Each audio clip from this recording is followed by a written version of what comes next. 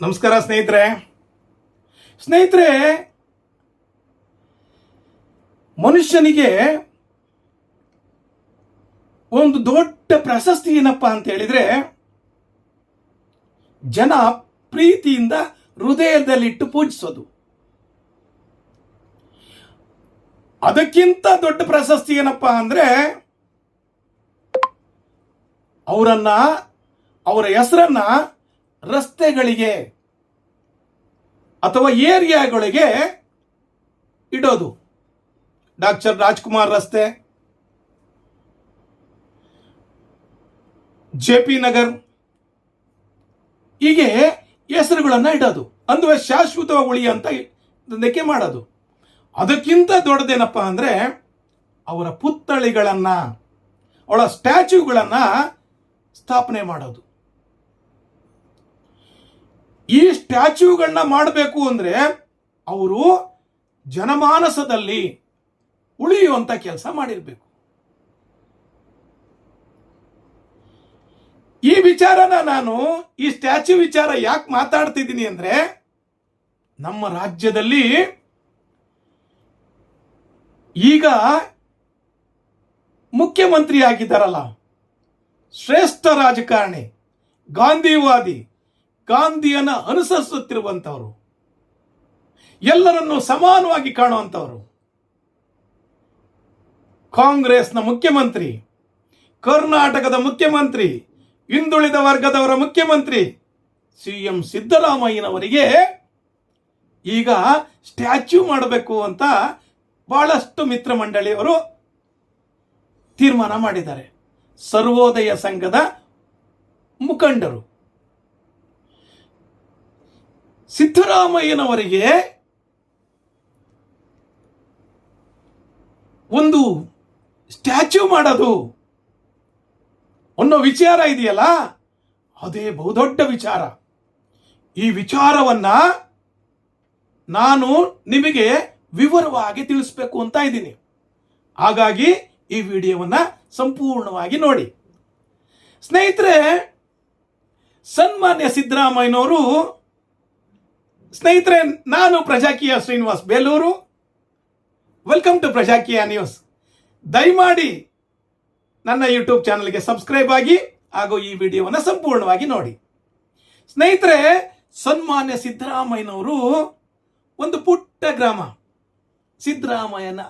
ಸಿದ್ದರಾಮನ ಉಂಡಿಯಲ್ಲಿ ಹುಟ್ಟಿದ್ರು.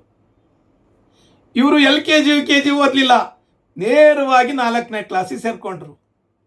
ಕನ್ನಡ ಅಭ್ಯಾಸ ಮಾಡಿದ್ರು, ಕನ್ನಡದ ಗುರುಗಳಾದ್ರು, ಡಿಗ್ರಿ ಮುಗಿಸಿದ್ರು, ಲಾ ಮಾಡಿದ್ರು.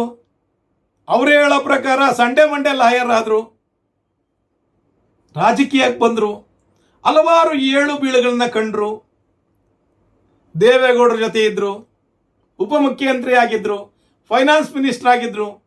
ಈ ಎಲ್ಲದರ ಮಧ್ಯೆ ಜನತಾ ದಳವನ್ನೇ ಬಿಟ್ಟು ಕಾಂಗ್ರೆಸ್ ಸೇರ್ಕೊಂಡ್ರು, ಮುಖ್ಯಮಂತ್ರಿ ಆದ್ರು.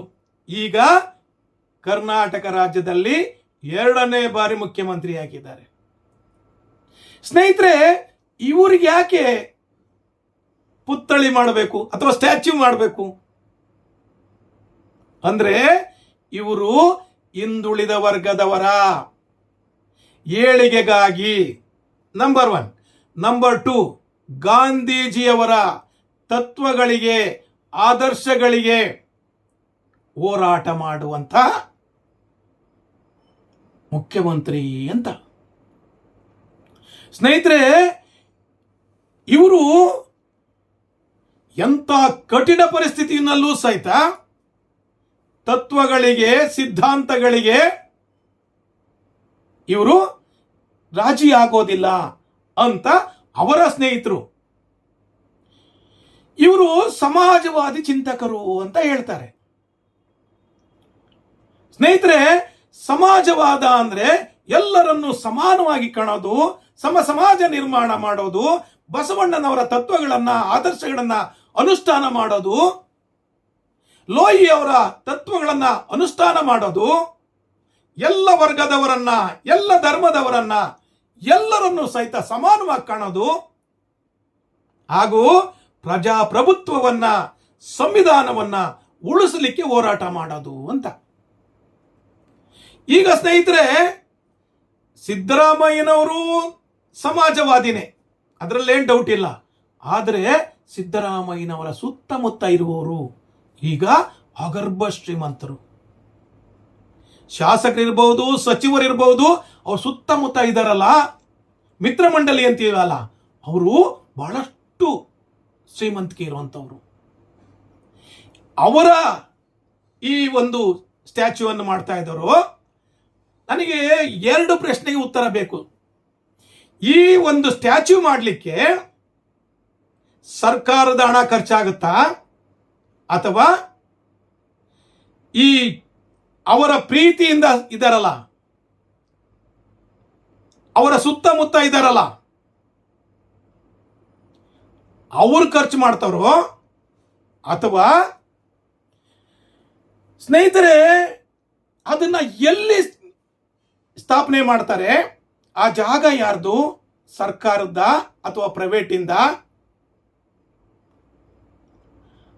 ಹಾಗೂ ಅವರ ಅಭಿಮಾನಿಗಳು ಹಣ ಕೊಡ್ತಾರೋ, ಅಥವಾ ಅವರಿಂದ ಪ್ರತಿಫಲವನ್ನು ಉಂಡು ಫಲಾನುಭವಿಗಳು ಹಣ ಕೊಟ್ಟು ಮಾಡ್ತಾರೋ.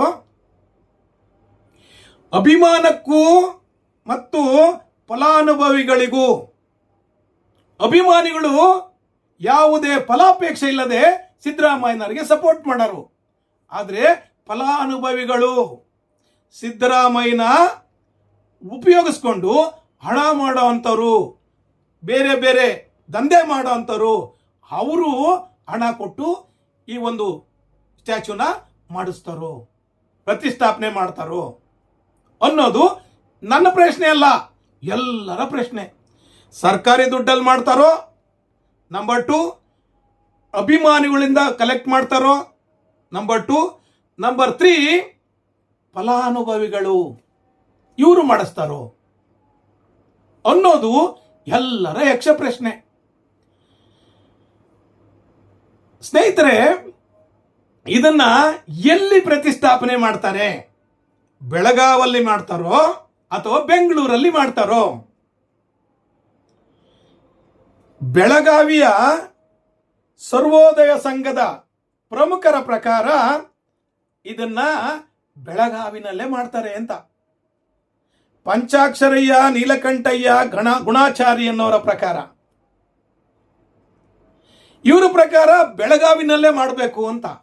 ಆದರೆ ಇವರಿಗೆ ಅಭಿಮಾನಿಗಳಿರೋದಿಲ್ಲಿ ಮೈಸೂರು ಪ್ರಾಂತ್ಯದಲ್ಲಿ, ರಾಜಧಾನಿಯಲ್ಲಿ. ಎಲ್ಲಿ ಇವರ ಪ್ರತಿಷ್ಠಾಪನೆಯನ್ನು ಮಾಡ್ತಾರೆ? ಅದು ಇನ್ನೂ ಸಹಿತ ಎಕ್ಸ್ಟ್ರಾ ಪ್ರಶ್ನೆ. ಸ್ನೇಹಿತರೆ, ನಾನು ಕೇಳೋದು ನಿಮಗೆ, ಸಿದ್ದರಾಮಯ್ಯನವರಿಗೆ ಸ್ಟ್ಯಾಚ್ಯೂ ಅವಶ್ಯಕತೆ ಇದೆಯಾ? ಸಿದ್ದರಾಮಯ್ಯನವರ ಸ್ಟ್ಯಾಚ್ಯೂನ ಮಾಡಬೇಕಾ? ಮಾಡಿದ್ರೆ ಎಲ್ಲಿ ಪ್ರತಿಷ್ಠಾಪನೆ ಮಾಡಬೇಕು? ಹಾಗೂ ಸಿದ್ದರಾಮಯ್ಯನ ಸ್ಟ್ಯಾಚ್ಯೂ ಮಾಡಲಿಕ್ಕೆ ಹಣನ ಸರ್ಕಾರದ ಕೊಡಬೇಕೋ, ಅಥವಾ ಅವರ ಮಿತ್ರ ಮಂಡಳಿಯವರು ಆಗ್ತಾರೋ, ಅಥವಾ ಅಭಿಮಾನಿಗಳಿಂದ ಕಲೆಕ್ಟ್ ಮಾಡಬೇಕು? ಹಾಗೂ ಸಿದ್ದರಾಮಯ್ಯನವರಿಗೆ ಅಥವಾ ಸಿದ್ದರಾಮಯ್ಯನಂತ ಧೀಮಂತ ನಾಯಕರಿಗೆ ಸ್ಟ್ಯಾಚ್ಯೂ ಅವಶ್ಯಕತೆ ಇದೆಯೋ? ಯಾಕೆಂದ್ರೆ ಈ ಸ್ಟ್ಯಾಚ್ಯೂ ಅನ್ನೋದು ಇದೆಯಲ್ಲ ಸರ್, ಮುಂದೆ ಯಾವುದೋ ಒಂದು ಬೇರೆ ಪಕ್ಷ ಬಂತು, ಈ ಬಾಂಗ್ಲಾದೇಶದಲ್ಲಿ ಒಂದು ಗಲಾಟೆ ಆಯಿತು. ಮೊದಲು ಪ್ರಧಾನಿಯಾಗಿದ್ದವ್ರನ್ನ ಸ್ಟ್ಯಾಚ್ಯೂಗಳನ್ನೇ ಒಡೆದಾಕಿದ್ರು. ರೋಮ್ನಲ್ಲಿ ಗಲಾಟೆ ಆಯಿತು, ಅಲ್ಲೂ ಸಹಿತ ಒಡೆದಾಕಿದ್ರು. ಆದ್ದರಿಂದ ಎಲ್ಲ ಸಿದ್ದರಾಮಯ್ಯನವರ ಅಭಿಮಾನಿಗಳಲ್ಲೂ ಸಹಿತ ಯೋಚನೆ ಮಾಡಿ. ಕಾಲ ಚಕ್ರ ತಿರುಗುತ್ತಾ ಇರುತ್ತೆ. ಏನಾದರೂ ಬದಲಾವಣೆ ಆಯಿತು ಅಂದ್ರೆ, ಈ ಒಂದು ಸ್ಟ್ಯಾಚ್ಯೂಗೆ ಏನಾದರೂ ತೊಂದರೆ ಆಯಿತು ಅಂದ್ರೆ ದೊಡ್ಡ ದೊಡ್ಡ ರಾದ್ಧಾಂತಗಳು ನಡೀತದೆ. ಆದ್ದರಿಂದ ಸ್ಟ್ಯಾಚ್ಯೂ ಬೇಕಾ?